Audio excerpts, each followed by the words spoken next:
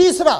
آپ صلی اللہ علیہ وسلم نے منبر کے تیسرے درجے پر قدم رکھا تو پھر حضرت جبرائیل علیہ السلام نے کہا بعد من ادرک ابویہ الکبر او احدہما فلم یدخلاہ الجنہ، اللہ پاک اس بندے کو بھی اپنی رحمت سے دھکا دے کر دور کر دیں اور اپنی رحمت سے اس کو بھگا دیں جس بندے کے سامنے اس کے دونوں ماں باپ یا دونوں میں سے ایک بڑھاپے کی حالت میں ہو اور وہ ان کی اتنی خدمت نہ کرے کہ خدمت کی وجہ سے اللہ پاک اس کی بخشش کر دے، ایسے بندے کو بھی اللہ پاک اپنی رحمت سے دور کر دیں۔ قرآن پاک کا اگر مطالعہ کیا جائے تو اللہ رب العزت نے جا بجا بارہا اہتمام کے ساتھ والدین کے ساتھ احسان کا حکم دیا۔ وَقَضَىٰ رَبُّكَ أَلَّا تَعْبُدُوا إِلَّا إِيَّاهُ وَبِالْوَالِدَيْنِ إِحْسَانًا، مفسرین فرماتے ہیں کہ اللہ کے نزدیک والدین کے ساتھ احسان کا معاملہ اتنا اہم معاملہ ہے کہ جہاں اپنی ذات کی عبادت کا حکم دیا، اللہ فرماتے ہیں صرف میری عبادت کرو، اور اللہ فرماتے ہیں کہ اپنے والدین کے ساتھ احسان کا معاملہ کرو۔ اپنی عبادت کے ساتھ ہی والدین کے ساتھ احسان کرنے کا حکم دیا گیا، اور احسان کا لفظ اس لیے استعمال فرمایا، یہ نہیں فرمایا کہ تم اپنے اس حق کو ادا کرنا جو حق والدین کا تمہارے ذمے ہے، نہیں، احسان اس لیے کہ ممکن ہے بعض والدین ایسے ہوں جن سے پرورش میں کمی رہ گئی ہو، جنہوں نے اچھے طریقے سے بچوں کی تربیت نہ کی ہو، کوئی نہ کوئی کمی بھی رہ گئی ہو، تو اولاد کا کام یہ نہیں ہے اس کمی کو سامنے رکھ کر اپنے والدین کی خدمت کو چھوڑ دیں، نہیں، بلکہ احسان کا معاملہ کرنا اللہ تمہیں حکم دیتے ہیں۔ وَقَضَىٰ رَبُّكَ أَلَّا تَعْبُدُوا إِلَّا إِيَّاهُ وَبِالْوَالِدَيْنِ إِحْسَانًا، ماں باپ کی کمیوں کو نہ دیکھنا، ان کی کمزوریوں کو نہ دیکھنا، بلکہ احسان کرتے ہوئے، جیسے بندہ جس پر احسان کرتا ہے اس کی ذات کو نہیں دیکھا جاتا، بلکہ احسان تو احسان ہوتا ہے، والدین کے ساتھ احسان کا معاملہ کرنا۔ رسول پاک علیہ السلام نے ارشاد فرمایا رغم انف، اس بندے کی ناک خاک آلود ہو جائے، یعنی وہ ذلیل ہو جائے، وہ ذلیل ہو جائے، وہ ذلیل ہو جائے۔ 3 دفعہ آپ نے فرمایا، صحابہ گھبرا گئے اور گھبرا کر پوچھنے لگے یا رسول اللہ صلی اللہ علیہ وسلم کس بدبخت کے بارے میں آپ ارشاد فرماتے ہیں؟ فرمایا اس بندے کے بارے میں جس کے سامنے اس کے والدین میں سے دونوں یا دونوں میں سے ایک بڑھاپے کی حالت میں ہو اور وہ اس کی خدمت نہ کرتا ہو، ایسا بندہ ذلیل ہو جائے۔ اندازہ کیجئے اس بات کا، جس کے لیے نبی صلی اللہ علیہ وسلم نے بددعا کی ہو، اس بندے کا کیا ٹھکانہ باقی رہ جائے گا۔ تو رسول پاک علیہ السلام نے ایک اور موقع پر ارشاد فرمایا ما من ولد بار ينظر الى ابويه نظر رحمة الا كتب الله له بكل نظرة حجة مبرورة، کوئی بھی بچہ، کوئی اولاد جو اپنے ماں باپ کے ساتھ نیکی کا معاملہ کرنے والی ہو، ایسا نہیں ہوتا مگر یہ کہ جب بھی وہ اپنی ماں کو یا اپنے باپ کو رحمت کے ساتھ ایک دفعہ بھی دیکھے گا تو اللہ پاک ہر نظر پر ایک مقبول حج کا اجر و ثواب اس کے لیے لکھ دیں گے۔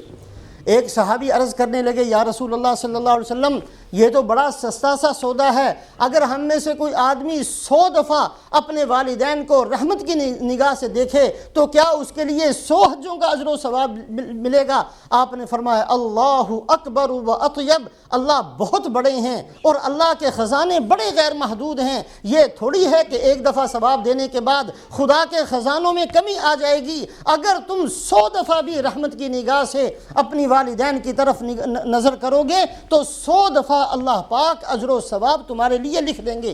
حج کا اجر و ثواب لکھ دیں گے۔ ایک صحابی حضور اکرم صلی اللہ علیہ وسلم کی خدمت میں حاضر ہوئے، یا رسول اللہ اصبت ذنبا عظیما، یا رسول اللہ بہت بڑا مجھ سے گناہ ہو گیا،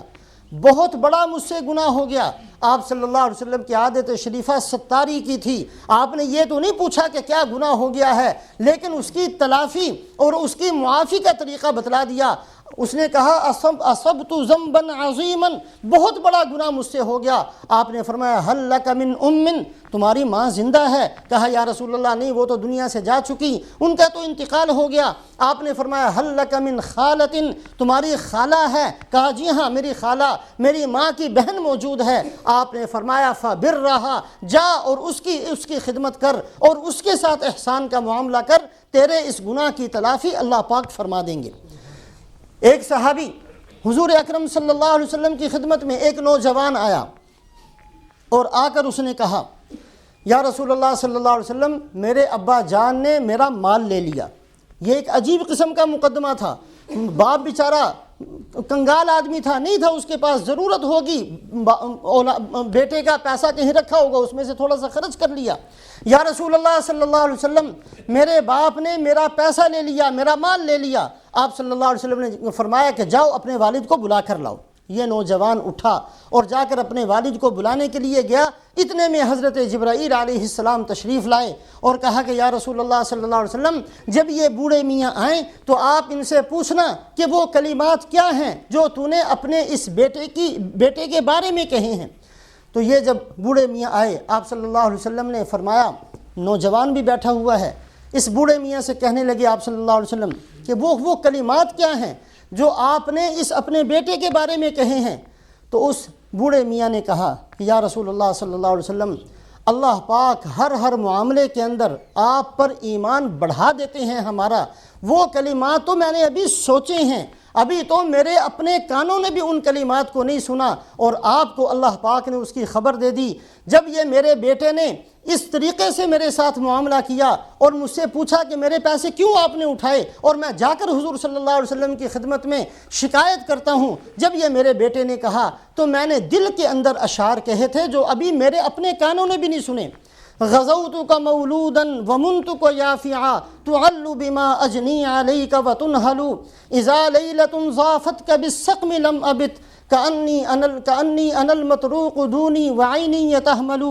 کہ میں نے تجھے بچپن کے اندر پالا اور میں نے اتنا پالا کہ تجھے جوان بنا دیا، اور تیرے کھانے پینے کا انتظام کرتے ہوئے میں نے ہر طرح کی مصیبت اور تکلیف کو برداشت کیا۔ اذا لیلۃ ضافتک بالسقم لم ابت، جب رات کو تجھے کوئی تکلیف پیش آ جایا کرتی تو سوتا تھا، لیکن میں تیرے لیے جاگا کرتا تھا۔ تیری تکلیف کی وجہ سے میں نے کتنی راتوں کی نیندوں کو خراب کیا ہے۔ کأنی انا المطروق دونک بالذی دونی وعینی یتحمل، ایسے لگتا تھا گویا کہ تکلیف تجھے نہیں ہے، تکلیف مجھے ہے۔ تخاف الردى نفسی علیک وانہا لتعلم ان الموت وقت مؤجل، میں ہر وقت ڈرتا تھا کہیں تجھے کچھ نہ ہو جائے، حالانکہ میں یقین رکھتا ہوں کہ موت آنے والی ہے، اور جب آتی ہے تو ایک لمحے کے لیے آگے پیچھے نہیں ہوا کرتی۔ یہ جانتے ہوئے بھی محبت کی وجہ سے اور شفقت کی وجہ سے میں تیرے لیے تڑپا کرتا تھا اور میں تیری ہلاکت کا خوف کیا کرتا تھا۔ فلما بلغت السن والغایۃ التي الیہا مداما كنت فیک اؤمل جعلت جزائی غلظۃ وفظاظۃ کأنک انت المنعم المتفضل، جب تو اس عمر کو پہنچ گیا جس کا مجھے بہت ارمان تھا، میں تو بچپن میں کہتا تھا میرا بیٹا جوان ہوگا، میرا بیٹا ایسا ہوگا ایسے ہوگا، جب تو اس انتہا کو پہنچا ہے اور اس جوانی کی عمر کو پہنچا جس کا بڑا ارمان مجھے تھا، تو بجائے تو نے میرے ساتھ احسان کرنے کے مجھے جھڑکنا شروع کر دیا اور میرے اوپر سوالات کی بچھاڑ کرنی شروع کر دی، مجھے پوچھنا شروع کر دیا۔ ایسے لگتا ہے احسان میں نے نہیں تیرے اوپر کیا، تو نے میرے اوپر احسان کیا ہے۔ یہ اشعار اس بندے نے سنائے۔ آپ صلی اللہ علیہ وسلم نے اس نوجوان کا گریبان پکڑا اور فرمایا انت ومالک لابیک، چلا جا یہاں سے، تو بھی اور تیرا سارا مال تیرے باپ ہی کا ہے، جیسے چاہے اس کے اندر وہ تصرف کر سکتا ہے۔ ایک صحابی مطاف کے اندر بیٹھے ہوئے ہیں، حضرت عبداللہ ابن عباس رضی اللہ تعالیٰ عنہما مطاف کے اندر بیٹھے ہوئے، ایک اعرابی دیہات کا رہنے والا ایک بندہ آیا، بوڑھی ماں ہے اور بہت زیادہ بوڑھی ہے، جو چل نہیں سکتی، پھر نہیں سکتی، اٹھ نہیں سکتی، اور اس دیہاتی نوجوان نے اس کو اپنی پشت کے اوپر ڈالا ہوا ہے اور پشت کے اوپر بٹھا کر اس کو طواف کروا رہا ہے۔ بڑا مشکل ہوتا ہے کسی کو اٹھا کر طواف کرنا رش کے اندر، لیکن اس نے اپنی ماں کو اٹھا کر طواف کروایا، اور طواف کرواتے ہوئے وہ کہتا ہے انی لہا مطیۃ لا ازعر اذا الرکاب نفرت لا انفر ما حملت فارضعتنی اکثر اللہ ربی ذو الجلال اکبر۔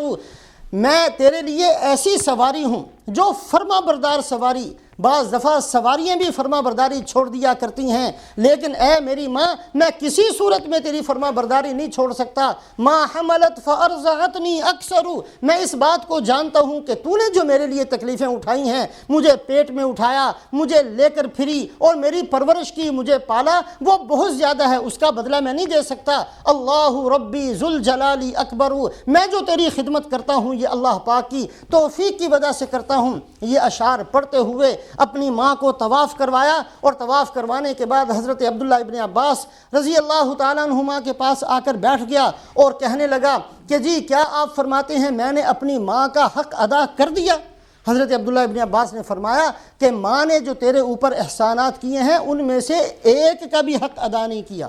ایک کا بھی حق ادا نہیں کیا، اس لیے کہ تو یہ جانتے ہوئے احسان کرتا ہے کہ پہلے تیری ماں نے تجھ پر احسان کیا تھا، لیکن جب ماں تیرے اوپر احسان کرتی تھی تو نے اس پر کچھ نہیں کیا تھا، وہ تو محبت کی وجہ سے تیرے اوپر احسان کرتی تھی۔ اولاد اگر ماں باپ کی خدمت کرتی ہے تو یا تو یہ سمجھ کر کہ انہوں نے مجھے پالا تھا اور انہوں نے میرے اوپر احسان کیا تھا، انہوں نے میرے لیے دکھ اور تکلیف کو جھیلا اور برداشت کیا تھا، مجھے بھی کرنا چاہیے۔ اور بعض دفعہ اولاد خدمت کرتی ہے تو اس لیے کہ گلے جو پڑ گیا ہے بوڑھا، اب یہ جب تک مرے گا نہیں، میں نے نہیں سنبھالنا تو کس نے سنبھالنا ہے؟ ان دو وجہوں میں سے اولاد کرتی ہے۔ لیکن ماں باپ جب اپنی اولاد کو پالتے ہیں تو نہ تو کسی احسان کی وجہ سے جو پہلے اولاد کی طرف سے ہوا ہے، اور اگر اولاد معذور بھی ہو جائے پھر بھی اس کو بوجھ نہیں سمجھتے، پھر بھی محبت ہی کے ساتھ اس کو پالتے ہیں۔ تو حضرت عبداللہ ابن عباس رضی اللہ تعالیٰ عنہما نے فرمایا کہ جتنے حق تیری ماں نے تجھ پر احسانات کیے ہیں اس میں سے